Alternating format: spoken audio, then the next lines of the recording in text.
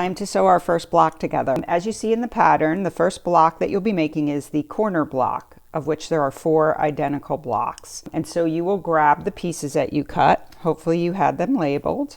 This would have been your F1, labeled as 4 1/4 by 10 1/2.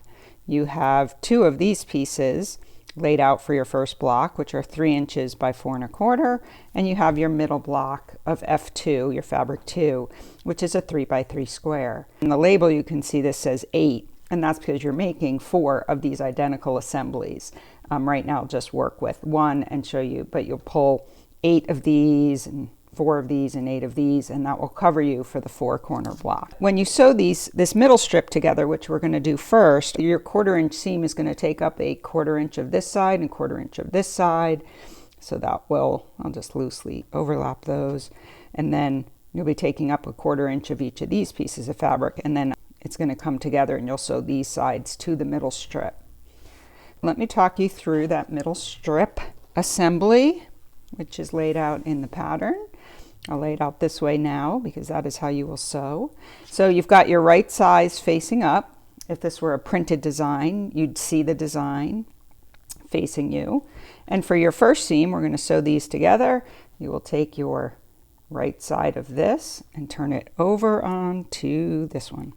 So in patterns, you will see that as RST, or right size together. You'll then put this into your machine and sew a 1/4 inch seam. And then these will be together. And then these are now right side up. I'm showing you, I've opened up that first sewn piece. And then you will take this one, right side is still up. You'll turn it over. You'll line it up as best you can. Easier on the machine. And then you will sew a 1/4 inch seam down here. And when you open it up, your strip will be sewn together. You'll then turn it over, press the seams open. You will then take your first side strip after you've sewn the middle, and you will take this now piece that has been joined all together and flip it over and sew down here. And then obviously take this piece, turn it over, sew down there.